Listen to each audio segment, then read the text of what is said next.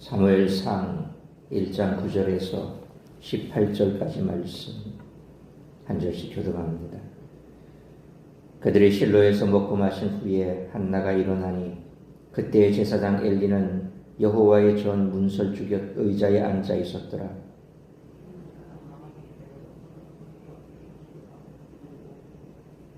소원하여 이르되 만군의 여호와여, 만일 주의 여종의 고통을 돌아보시고 나를 기억하사 주의 여종을 잊지 아니하시고 주의 여종에게 아들을 주시면 내가 그의 평생에 그를 여호와께 드리고 삭도를 그의 머리에 대지 않겠나이다.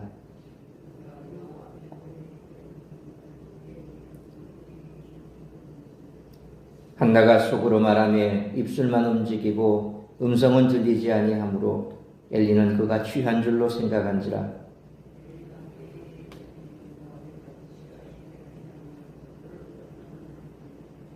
한나가 대답하여 이르되 내 주여 그렇지 아니하니이다. 나는 마음이 슬픈 여자라. 포도주나 독주를 마신 것이 아니요 여호와 앞에 내 심정을 통한 것뿐이오니.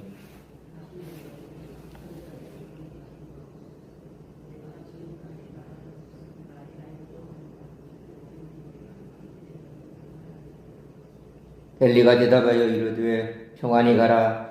이스라엘의 하나님이 내가 기도하여 구한 것을 허락하시기를 원하노라 하니 이르되 당신의 여종이 당신께 은혜 있기를 원하나이다 하고 가서 먹고 얼굴에 다시는 근심빛이 없더라.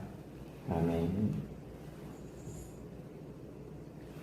한나는 자신의 불임을 매우 심각하게 받아들였습니다. 분인나가 그녀를 격분시킨 것이 그녀의 슬픔의 본질적 요소는 아니었습니다. 남편 엘가나의 사랑이 아무리 크다 해도 아들을 낳아 노동력과 전투력에 보탬을 주지 못하면, 더욱이 상속자가 없다면 자신의 기본권을 보장받을 수 없으며 남편의 사랑도 부담으로 여겨질 것이기 때문입니다.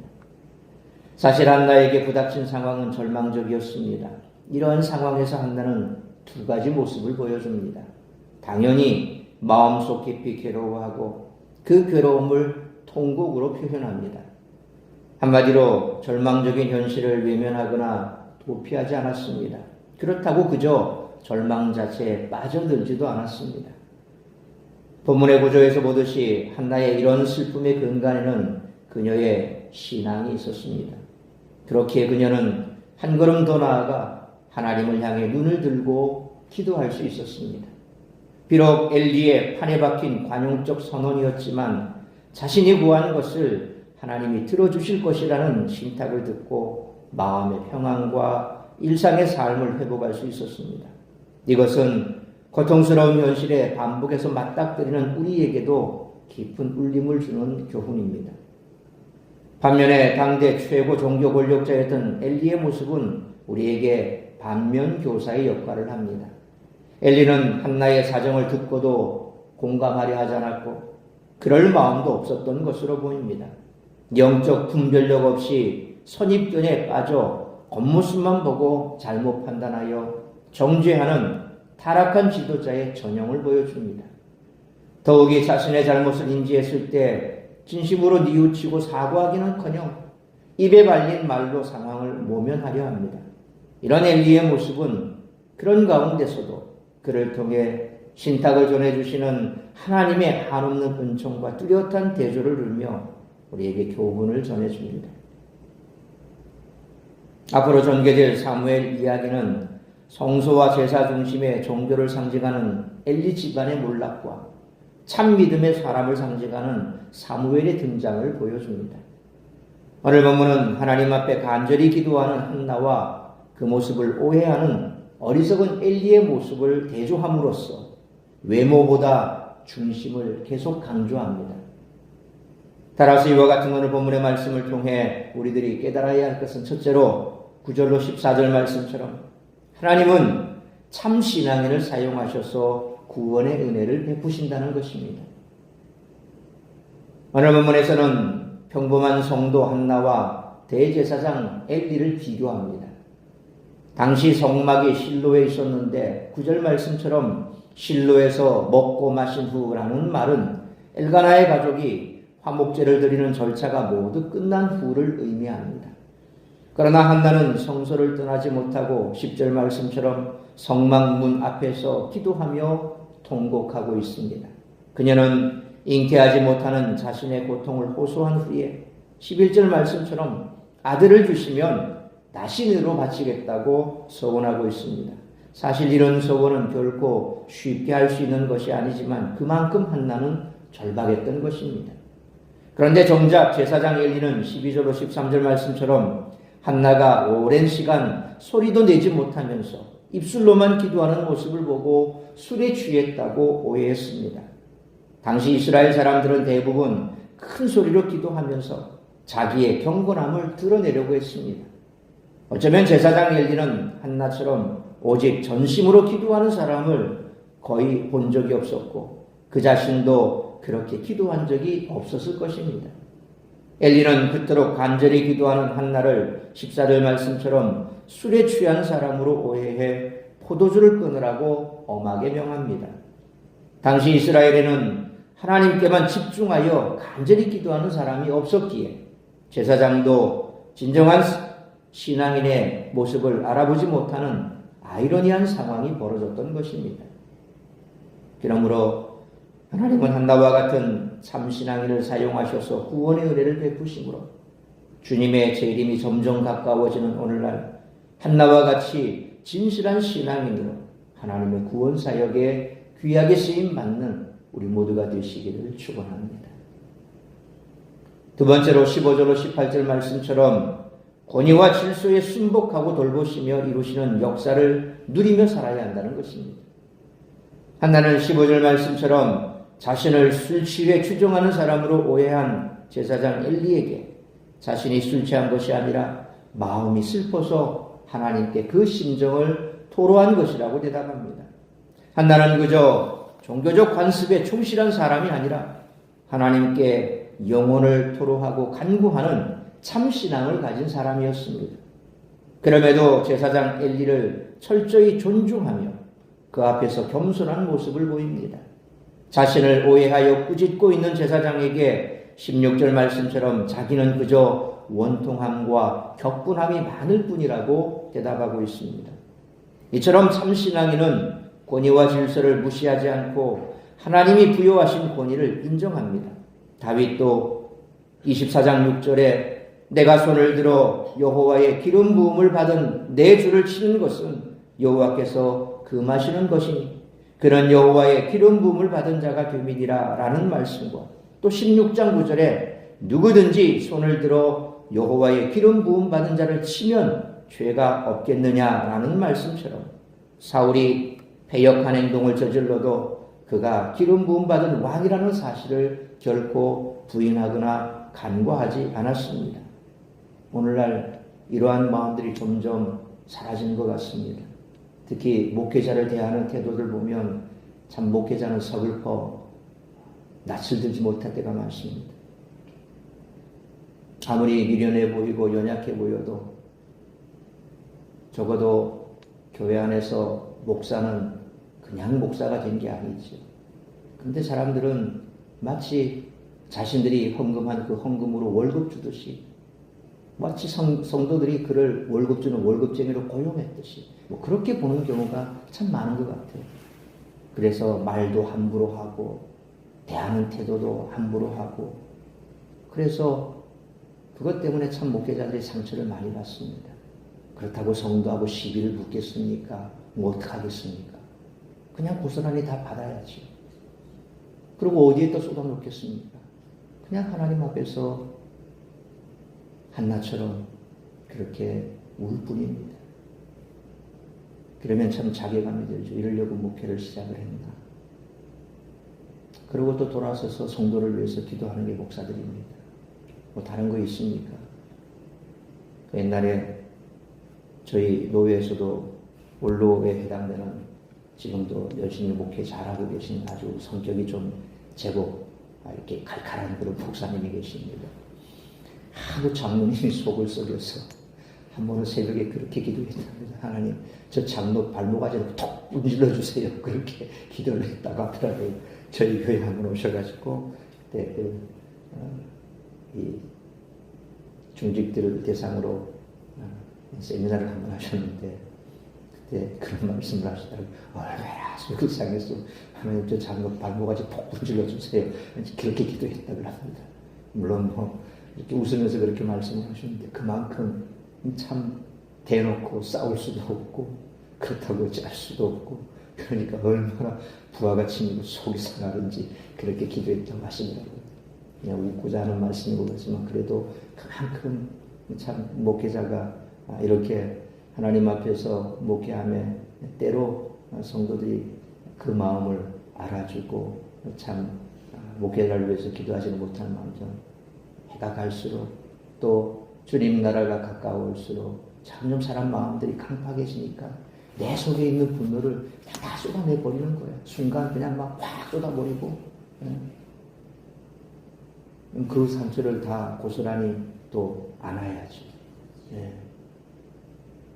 다윗의 모습을 보면 아무리 어리석어 보이고 또 내 눈에 안 차는 것 같아도 분명 하나님께서 세우신 종이라고 한다면 거기에 합당하게 우리가 말하는 것이나 행동하는 것이나 조심해야 합니다. 목회자가 때로 정말 뭔가 잘못했다 할지라도 하나님께서 그에게 책망하실 것이요 하나님께서 그를 다스리실 것입니다. 내가 하나님이 될 수는 없습니다. 그래서 항상 우리가 오늘날 참 아무리 목회자가 마치 기업의 전문 경영인처럼 그렇게 보이고 또 내 마음에 안 들면 그냥 담의 결정해서 목회자 내쫓아버리고 뭐 이런 일들이 비일비재하다 보니까 목회자의 권위가 땅에 추락됐지만 결코 우리 한 사람 한 사람은 그런 마음을 가져서는 안 되지.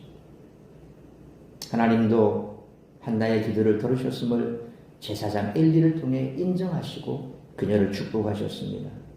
이런 요한복음 11장 50절에 한 사람이 백성을 위하여 죽어서 온 민족이 망하지 않게 되는 것이 너희에게 유익한 줄을 생각하지 아니하는도다라는 말씀처럼 예수님 당시 악한 대제사장 가야바 역시 스스로 인식하지 못한 채 하나님의 구원 섭리를 선언하기도 했습니다. 마찬가지로 17절 말씀처럼 엘리의 축복은 한나의 기도가 응답되었음을 나타내는 증거가 되었습니다. 비록 영적으로 타락한 제사장이지만 18절 말씀처럼 하나님은 그를 통해 한나에게 회복과 기쁨을 주셨던 것입니다. 그렇죠.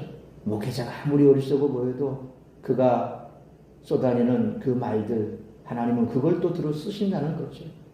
그래서 그를 무시하고 또 그를 멸시하는 사람은 그런 마음도 가지지 않습니다.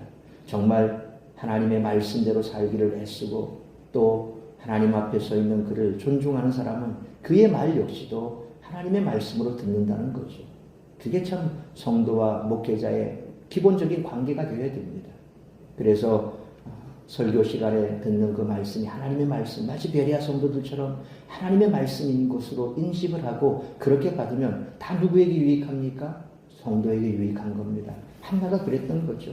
엘리 제사장의 삶이 어떠했든지 그게 중요한 게 아니십니다. 그녀에게 있어서 엘리 제사장은 제사장이고 자신은 그냥 성도인 거죠. 그러니까 그가 한 말 그 자체를 하나님의 말씀으로 내가 그렇게 기도했지 않습니까? 내가 그렇게 기도했는데 엘리가 그렇게 얘기를 했으니까 그건 하나님의 말씀이다 라고 받는 거예요. 바로 성도의 은혜는 그런 겁니다. 그래서 항상 목회자를 존중하는 마음이 있어야 그런 마음이 생기는 겁니다. 그런 게 없으면 지나자라지 그런 소리를 하고 있으면 그 은혜가 되겠습니까? 은혜가 안 되는 거예요. 그래서 목회자의 관계가 틀어지기 시작하면 그때부터 마음이 닫혀버립니다. 그러면 설교 시간에 앉아서 뭐합니까? 째려보고 앉아가지고 저 목사 지금 무슨 말 하나 마치 심판자가 앉아서 점수 매기듯이 그렇게 하고 있습니다. 그것도 안 되면 어떻게 됩니까? 그냥 졸아버립니다. 안 듣습니다. 비나가버립니다. 그럼 졸립죠. 그건 내 영적인 상태가 지금 올바르지 못한다는 겁니다. 제가 처음에 이 장로님 직원들이 엄청 많이 왔어요. 근데 설교 시간에 보면 여기 졸고 저기 졸고 고개 숙이고 옆으로 넘어지고 완전히 그냥 제가 어떨 때는 기가 막힐 정도였어요. 그래서 때로는 막 야단도 치기도 했는데 돌이켜보면 그래라도 앉아있으니 얼마나 피곤하겠습니까? 영업하고 또 밤에는 술도 마셔야 되고 술도 더 깬 상태에서 토요일날 지나고 주일날 아침에 사장님이 오라 그러니까 와서 앉아있는데 얼마나 졸리겠어요. 졸고 있는 거예요. 네. 그건 목회자의 관계가 문제가 아니라 이미 베이직 자체가 신앙에 대한 밑에 베이직이 없는 거예요. 그러니까 조는 거예요. 우리도 그럴 수 있습니다. 정신 차리지 못하면 늘 말씀이 귀에 안 들어오고 그냥 졸 수밖에 없는 거예요. 결국 그렇게 졸다가 보면 뭡니까? 내 신앙은 점점 밑바닥으로 가는 거죠. 그래도 바깥에 있는 것보다 여기 있는 게 나오니까 참 기특하다. 지금 생각해봐도 그 친구들이 뭘 하고 있을까? 신앙생활 잘하고 있을까? 가끔씩 페이스북에 낯익은 이름들이 막 떠올라오면 지금도 잘 살고 있겠지. 어딘가에서 신앙생활 잘하고 있겠지. 그런 생각을 하면서 위안을 받습니다. 중요한 것은 정말 우리가 목회자에 대한 존중함이 있고 또 그에 대한 관심이 있으면 정말 때로 마음에 맞지 않는다 할지라도 하나님의 기름 부음 중이라 한다면 그가 하는 말은 하나님의 말로 받아들이면 결국 그것을 통해서 하나님께서 우리 자신에게 더 풍요로운 은혜를 베풀어 주신다라고 한 것이죠. 분명 하나님은 중신으로부터 우러나오는 참신앙에 응답하신다는 겁니다. 그렇다고 기존의 질서나 형식을 모두 무시해도 된다고 여기서는 안 됩니다. 하나님은 어떤 상황과 요건 속에서도 당신의 백성을 돌보시고 역사를 이루어 가십니다. 결국 하나님께서 엘리의 가문은 어떻게 하십니까? 그 망하는 거예요.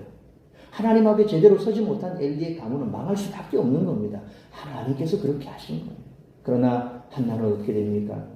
그런 엘리가 한 말조차라도 하나님의 말씀으로 받아들이니 그녀는 그 이후에 더 이상 얼굴에 근심도 없이 평안하게 그의 삶을 영위해가고 결국 그를 통해서 사무엘이 등장하게 되고 하나님 그 사무엘을 통해서 일하신다는 겁니다.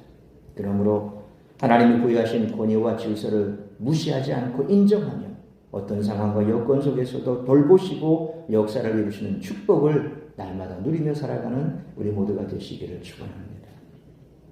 사랑하는 성도 여러분, 우리는 신앙생활 경력이나 직분, 훈련, 수료, 요구 등을 신앙의 척도로 생각하는 어리석은 태도를 버리고 신앙의 본질로 돌아가야 합니다. 또한 자신의 판단으로 질서나 형식을 무시하는 어리석음도 피해야 합니다. 하나님의 일하심을 전적으로 신뢰하고 그분께 집중하는 우리 모두가 되시기를 주님의 이름으로 축원합니다. 기도하겠습니다. 거룩하신 아버지 하나님, 은혜와 사랑을 감사합니다. 오늘도 새벽을 깨워 말씀으로 예배로 하루를 시작하게 하시니 감사합니다. 오늘 말씀처럼 한나의 간절한 기도와 또 영적으로 점점점 희미해져가는 엘리의 모습을 우리가 바라보면서 우리의 모습은 어떠한지 돌아볼 수 있기를 원합니다. 하나님 앞에 우리가 온전히 서 있지 못하면 결국 세상적인 관점으로 오해하고 정죄하고 비난하는 그러한 모습으로 타락해 간다는 것입니다. 교회 안에서도 목회자에 대해서 우리가 존중하는 모습을 갖지 못하면 결국 관계가 틀어지게 되고 그 틀어진 관계 속에서 우리의 신앙은 점점 병이 들게 되어 있습니다. 그러므로 한나와 같이 하나님 앞에서 온전하게 기도하고 말씀에 귀를 기울일 때에 오히려 하나님께서는 참 연약하고 부족하고 어리석은 목회자를 통해서라도 그 뜻을 이루어가며 하나님께서 주시는 그 말씀을 통해서 성도는 꼴을 얻고 점점 더 하나님과 더 깊은 관계에 들어가게 될 줄 믿습니다. 남 탓하고 비방하고 또한 질서를 무너뜨릴 것 같은 그런 태도로 우리가 교회 안에서 서 있다면 다시금 우리의 모습을 고쳐야 할 것입니다. 그럴 때에 우리의 신앙이 회복될 뿐만 아니라 우리가 하나님 앞에서 진정 한나와 같이 시대를 구원하는 위대한 사명에 쓰임받고 또 한나를 통해서 사무엘을 하나님께서 축복하셔서 그 한나와 가문이 그리고 사무엘이 하나님 앞에 귀하게 쓰임받는 일꾼이 되어서 구원에 쓰임받은 것처럼 우리 또한 그와 같은 일꾼이 될 줄 믿습니다. 그러므로 항상 남을 바라보기 전에 나 자신을 먼저 바라보고 하나님 앞에서 우리의 모습이 어떤가를 돌이켜 하나님이 기뻐하시는 참신앙의 모습으로 나아갈 수 있기를 원합니다. 오늘 이 한날도 나를 통하여 이루고자 하는 하나님의 뜻이 무엇인지 그 뜻을 이루어가는 일에 쓰임받는 우리 모든 성도들의 삶이 될 수 있기를 간절히 빌고 소원하오며 이 모든 말씀 우리 주 예수 그리스도 이름으로 기도하옵나이다. 아멘. 주기도문합니다. 하늘에 계신 우리 아버지 이름이 거룩히 여김을 받으시오며